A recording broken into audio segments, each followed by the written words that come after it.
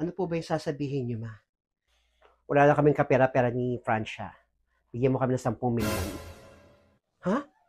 10 milyon? Ang laki naman po. Oh, ba't parang nagulat ka? Di ba marami kayong pera? Bigyan mo kami ng 10 milyon. Pandagdag din sa business namin at saka pambili ng mga luho namin ni Francia. Hmm, bakit parang ayaw mo, Blandina? Di ba maraming pera yung nanay mong bruha? Hindi naman po masaayaw, kaya lang ang laki po ng 10 milyon.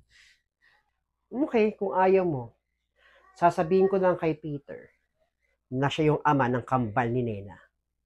Ano?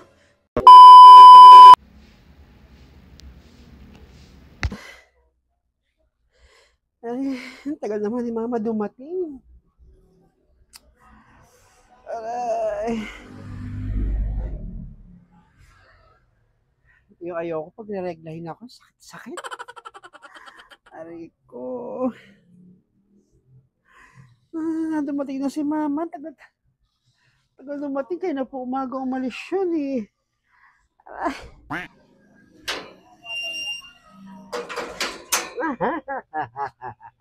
Mapeperahan ko din yung mag-inang yun. Oh, Francia, what's wrong with you? Umandiyan na pala kayo. Sama ng pakaramdam ko, May. Didisminoriya ako, niregla ako, hindi pa lumabas lahat. Naman tong babaeng to. Wala nang ang dulot. Nagkakasakit pa. Maligo ka kaya? Itsura mo eh. Ang lagkit mong tignan. Grabe ka man sa akin, ma. Baka sabi ka man malagkit. Sakit o parang ano yata kayo. Mukhang masaya kayo pagpasok nyo. Tumatawa-tawa pa kayo. Kaya ako tumatawa kasi masaya ako. Bibigyan ako ng 10 milyon ni Blandina para hindi ko italak sa kuya mo na yung batang hawak niya ay hindi naman nila taga-anak. Talaga, ma? Ang laki nun, ma, 10 milyon. At alam mo na, kami kwento ko sa'yo. Hindi pinaluhod ko yung nanay ni Blandina na bubuisit ako sa babaeng. Kasi isisigaw ko, isisiwalat ko sa buong subdivision na hindi niya apo yung anak ni Blandina. Daka na muna, ma, may ligo ako. O sige, sige na, maligo ka na doon. Saka tayo magkwentuhan kapag maayos na itsura mo. Lagkit mo. Ay, naku, ang dami palang kulang dito. Once na bigyan ako ng 10 milyon ni Blandina, ipamimili ko yun. Mag-grocery talaga ako, tatay ako ng bigasan dito. A few moments later.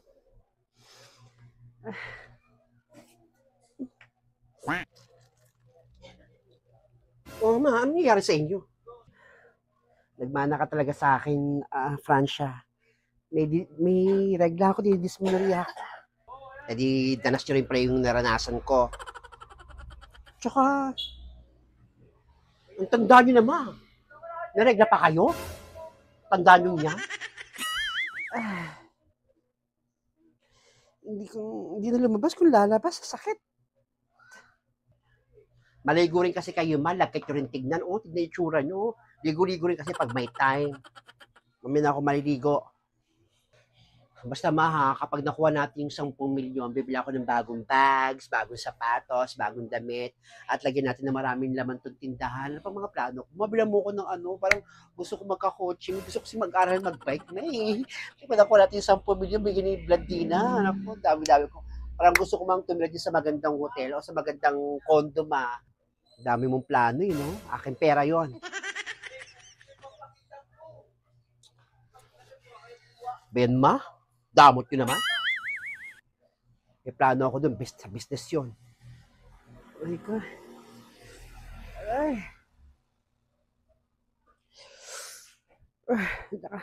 Diyan ka na muna, Francia. Bantay mo tindahan, ha?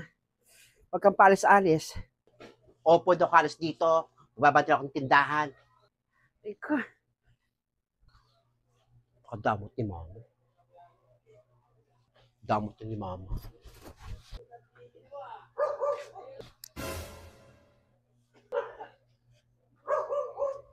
Sino yung lalaking yun?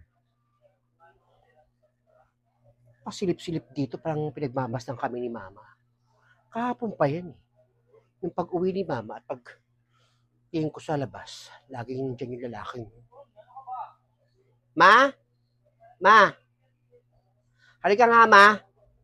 Dali, ma. Bakit? Ano ba yun? Ano ba yung, Francia? Ma, silipin mo nga yung lalaki sa bintana, ma. Kahapon pa yung pasud-sud sa'yo dito, eh. Ha? Nakita ko yan nung pag-uwi mo, pag-silip ko sa bintana. Nandyan yan kahapon. Sino ba yung lalaki yan? Kinakabahan ako, ma. Ilak mo yung gate, sarado mo. Oo, lagi ko naman nilalak tong gate.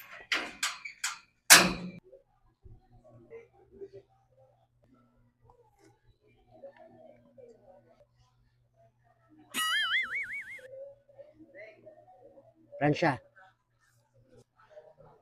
magsa tayo na maaga. Isa mo. O ma, magsa tayo na maaga. Sino kaya yan? Sino yung lalaki mo?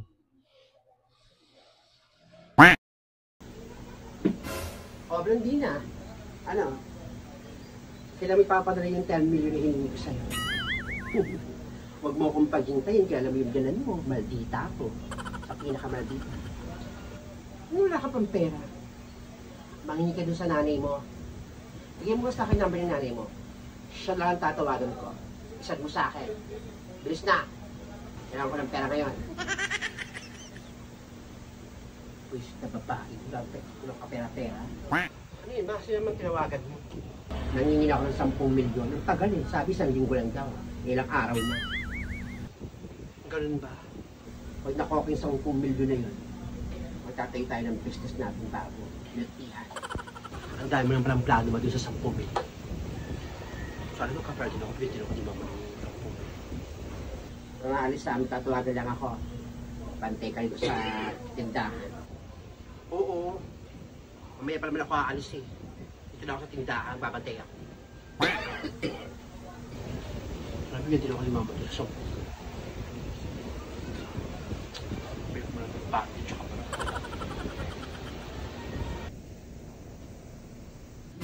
Punta muna ako sa mga friends ko. Kasi maghapon na naman ako nandito eh. Diyan ka lang, babae ka ha. Huwag mo akong binubiset. Nagbating ang tindahan. Magluluto ako ah. Ano ba naman yan, ma? Gusto kong malis eh. Gusto pumunta man lang sa labas. Lagi na ako sa loob ng bahay eh. Babad na ako dito, ma oh. Kahit. Tumigil ka. Eto, nag-send na si Blandina. Number ng nanay, tatawagan ko lang. Sa kanya ako manghihingi. Bantay ka dyan. Ako naman eh. Bye. Napaka-traffic naman. Ay, nako. Ginagawa pang kalsada, buwisit. Kasi kahit naayos yung kalsada, inaayos pa. Mga kurap talaga eh. Hindi kayo mawala sa mundo. Ako, lakas pa ng ulan. Parang magbabaha pa yata dito sa lugar na to. Wala bang flood control dito? Buwisit, mga kontraktor na yan. Ay nako, hindi pa kayo mawala sa mundo, mga korap kayo. Sa mga tamaan kayo ng kidlat, mga buwisit. Kayo mga leche kayo sa lipunan, kayo ang malas, kayo ang salot.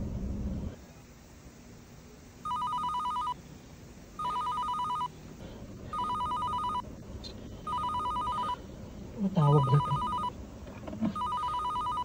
May na, buwisit ako.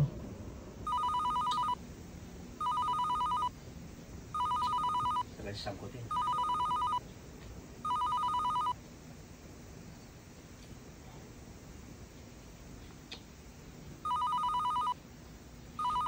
Traffic.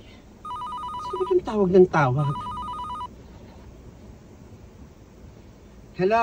Sino to? Hindi mo kilala boses ko? Ako naman yung nanay ni Peter. Ba't ka tumawag? Tumawag ako para mahingi ako sila ng 10 milyon. Ano? 10 milyon? Oo, 10 milyon. Eh, bakit mo kita bibigyan ng 10 milyon, abe? Dapat mo akong bigyan. Dahil kung di mo ako bibigyan, isasambulat ko sa buong subdivision, sa buong village, ang panluloko mo sa mga amiga mo. Alam ko naman na hindi mo naman talaga anak yung big na bata ni Blandina. Isisigaw ko na ninako niya yan sa hospital o kaya dinukot nyo lang. Hindi ko alam kung saan lupalop yung batang kinuha eh. Pwede akong gumawa ng kwento para makuha ko yung 10 milyon. Ano? Magsisend ka ba? Magpapadala ka ba ng 10 milyon? Dahil kung hindi, ikababaliw mo yung gagawin kong eksena. Gets mo? Ganun ba? 10 milyon? Ah, sige. Wait mo lang yung 10 milyon. Ah, sige. Bibigyan ka ng isang araw. Mag-withdraw ka na dyan sa bangko mo. Kung saan ka man nagbabangko. Basta kailangan ko lang 10 milyon bukas. Dahil kung hindi, may kalalagyan ka sa akin. Ah, sige. Isang araw lang. Bibigyan ka ng 10 milyon. Magsisend ako sa'yo. Sige na. Sige na. Ingat ka. Puisit na Adelpha yun. Peperahan pa ako at 10 milyon pa ha. Sa ulo ba siya? Basta ba inutusan kong ipatumba to si Adelpha? Hindi pa ako tinatawagan ng lalaki niya. Sabi ko, tumba niya naman, buhay pa yung babaeng yun. Sige na, babe. At may pupunta pa kasi ako, ha? Salamat.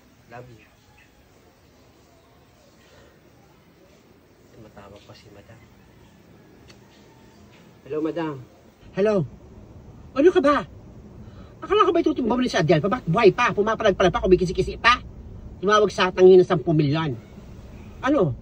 Kailan mo itutumba yung babaeng yun?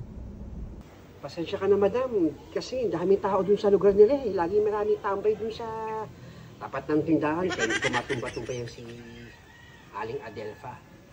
Wala ka tagang kwenta? Saan yung binabayad ko sa'yo eh? Pinag-aaral pa naman kita ng polis pero ganyan ka? Tsaka pasensya na po, madam. Baka hindi ko po pa magawa yung pinapataba mo sa akin kasi nag-review po ako ngayon eh. Malapit na rin po kasi yung finals namin tsaka pasana rin po ng thesis. Pasensya na po, madam. Sige. Ako nang bahala. Mag-review ka na lang para sa exam mo. Mag-aaral ka mabuti. Sige po, madam. Maraming salamat po. Ingat po kayo.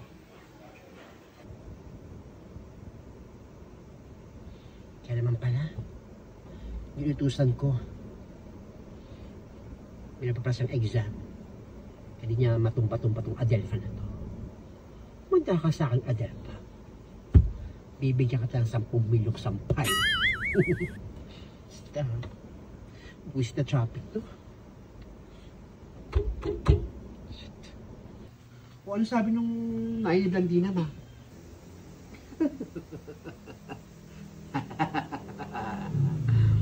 Wala. Kinuha po lang yung Nay ni Blandina. Sabi ko kung hindi magbibigay ng 10 milyon siya, isasampulot ko yung baho nila mag-ina. Ganun ba?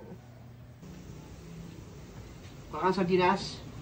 Nagyan natin sardinas ng talbos na inandi ko dyan sa likod. O, teka lang ko na ako sardinas. Mama naman kasi unang lumabas eh. I wanna leave. I wanna go with my friends outside. Laki. 10 milyon. Makakaramta ako sa akong gusto. Dapat nagdagang ko na, ginawa ko ng 20 milyon. Marami naman pera yung babaeng yun. Kaya tama na mo ng 10 milyon. Pag naubos yun, hihingi ulit ako sa kanya.